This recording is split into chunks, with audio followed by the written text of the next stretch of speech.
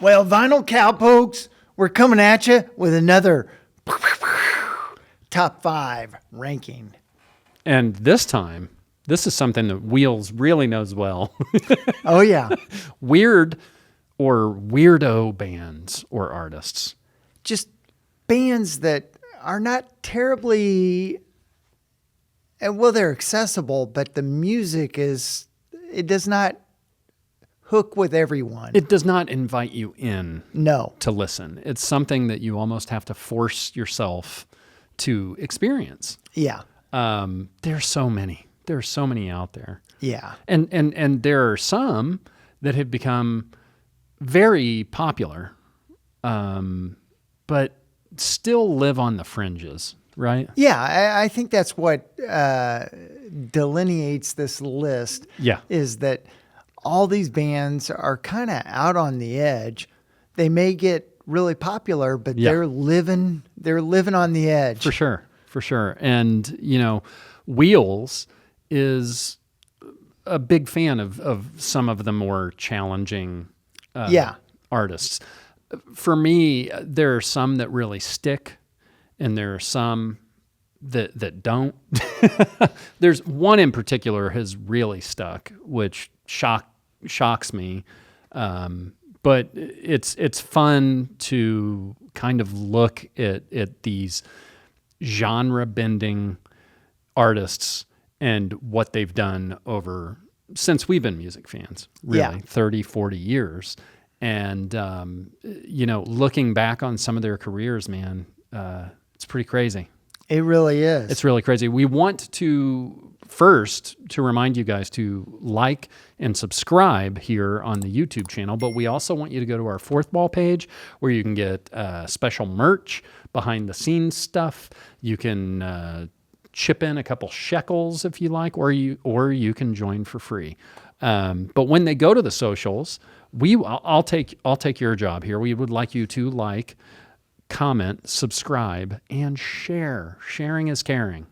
Absolutely. Okay, so what's our number 5? Our number 5. Weird artist, and here it comes. We're going to start with good old Frank Zappa. This is my newer copy of this that I probably got 2 years ago. I think I've told the story, but my parents listened to a huge spectrum of music, and this album with this terrifying cover was in their collection when I was a kid. And I had no effing clue who Frank Zappa or the Mothers of Invention were. On their version, it doesn't have the Mothers or a burnt weenie sandwich on it. It's just this photo.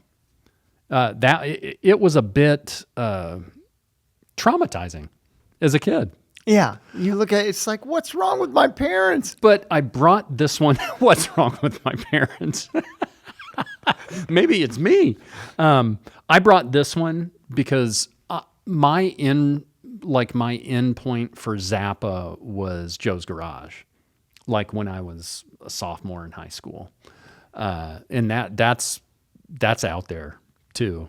The voice that goes and takes you through that whole album, just out there. And to think that Zappa wasn't a drug or a drink guy either. No, he just had some weird ideas. Yeah, but let's check this out. Let's open the gatefold. You got some pictures of the Mothers here and Frank over there. Frank was a genius. I mean, he really was. He was able to notate music as a kid, and just became a composer. Composed classical music as well. But when you listen to his music, there's always elements of doo-wop and like 50s type stuff. Yeah. And that's where Frank's heart was. So that's like the callback to popular music that I think people can latch on to. But Frank is an artist that you just get on and ride it to the sunset. Right. But I've always loved this album in particular just because of that, like, shock flipping through my parents' albums, and here's this, and then somebody eating the maybe. Yeah, I don't know what it is. What's it say? I got this tasty little sucker. God, this is a tasty little sucker, is what it says. Anyway, the Zappa Trust has done an amazing job. I mean, they release stuff all the time. He had a vault in their basement of recorded stuff, of live performances. There's probably never going to be an end to the stuff that Frank's family puts out. And it's an interesting world. If you have not ventured into the Zappa universe, what was your entry point? I got the record. The Mothers album, just another band from LA, had a song on it which took up a whole album side. Yeah. Billy the Mountain. Yeah. And it was an inherited album, and I was probably, when I got that, I was probably in middle school. I listened to it nonstop. From a cousin, right? Yeah. Yeah. Yeah. I mean, that's the way Zappa is. Once he gets in there, it's hard to get him out. I mean, and like I said, there are hundreds of Zappa records, but dig in. I mean, I personally like the strange music from the perspective that it kind of opens up new areas of the brain. Yeah. And the heart. So if Zappa is number 5, what would we think number 4 of the strange artists and bands is? The Butthole Surfers. And I mean, I think it's actually supposed to go that way. Yeah. The album title should tell you enough to know about this band, Hairway to Steven. But they were such a off the wall band. They were from San Antonio, Texas, and then I think they then eventually went to LA, but they toured nonstop in their early career. They started in 81. Wow. And they had a lot of changes in the early days. And they've been on, also with all the changes, they've been on Alternative Tentacles label, Touch and Go, Blast First, All Go Go, Rough Trade, Capital, Trace Syndicate, Surf Dog. I love on the back here, it's just like a mixed portrait of a couple different faces. Yeah, they really embrace the weirdness, right? Yeah, they've been called an art punk band, psychedelic band, experimental rock, noise rock. Noise rock. That's a good one. It's a little bit of everything, and the songs have a very dark black comedy. Mm-hmm. Their biggest one that most people, if people have heard of the Butthole Surfers, the Butthole Surfers, was Pepper, right? Yeah. That was like, I don't even know what year that was. 90s, In the 90s, early 90s. And they, I think that there was such a shift culturally with music at that time. My thought is that bands like the Butthole Surfers and Primus and other bands like that,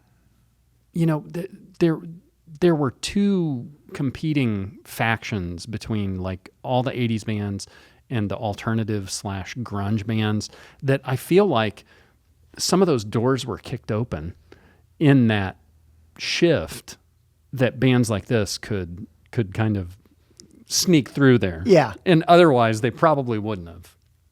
And Gibby Haynes, or Gibson Haynes, appeared to be headed for a traditional career. Mm-hmm. He was captain of the Trinity basketball team and the school's accountant of the year.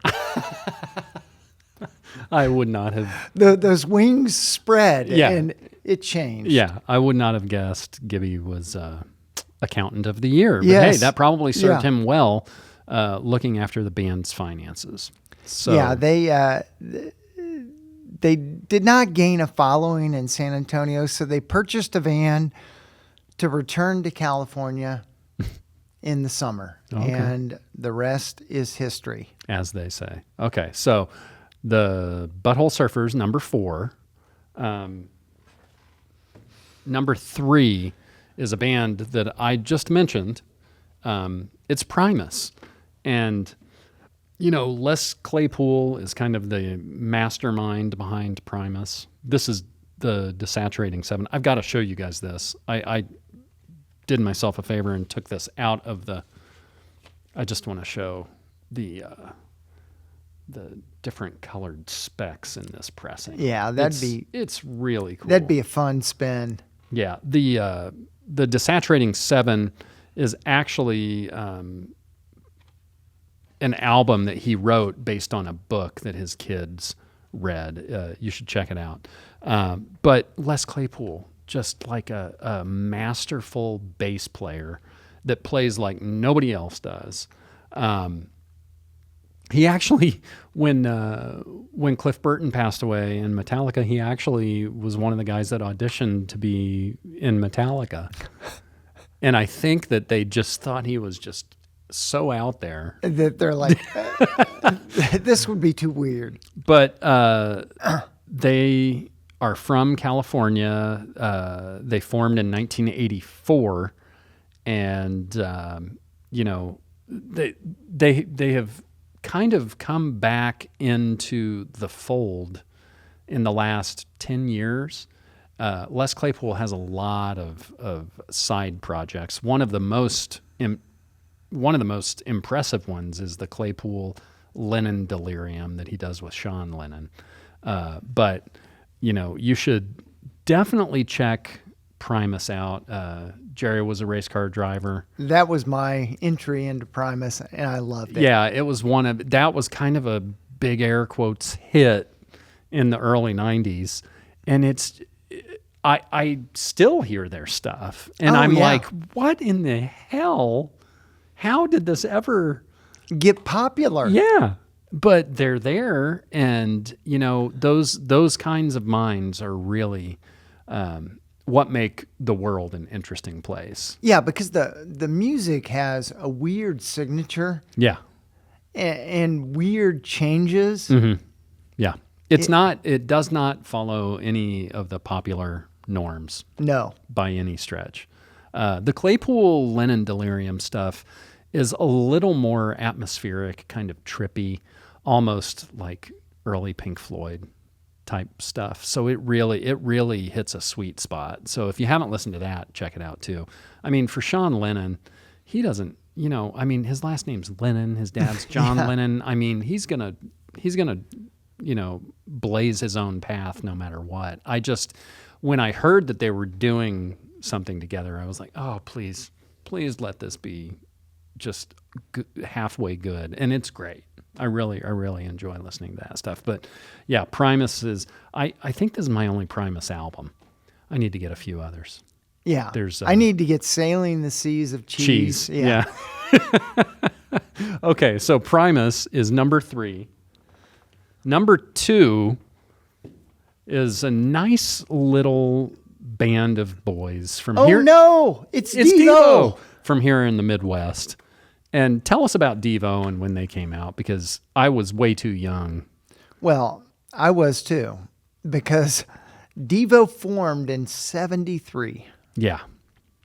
So they formed, and I mean, it wasn't really until the Saturday Night Live gig when they played live on Saturday Night Live and they did Satisfaction. I can't get me no. And they had the neon yellow jumpsuits. Like hazmat suits? Yeah, hazmat suits. Yeah. So they're immediately saying, we're not like the rest. Right. Well, I mean, were they from Akron, Ohio. And, Akron was a big rubber town, right?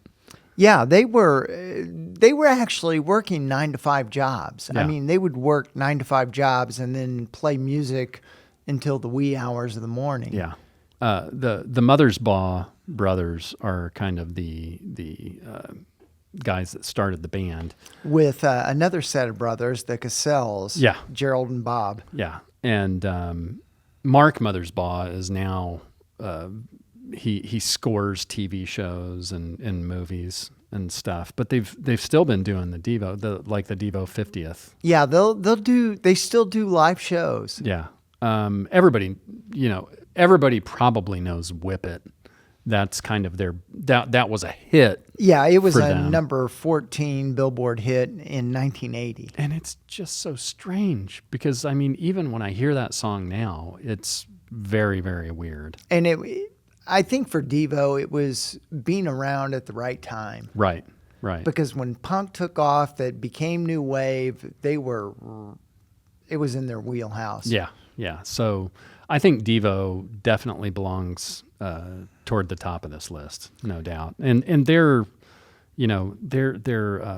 whole sense of self is not taking themselves all that seriously. And then you have each of the portraits of the guys here, and they're looking at the lyrics on the back. Love it. Okay, so Devo is number 2, which means number 1 is, drum roll, The Residents. Yeah. You talk about weird. I probably have well over 10 Residents albums. Mm-hmm. And I don't think there's any time I would listen to 2 straight.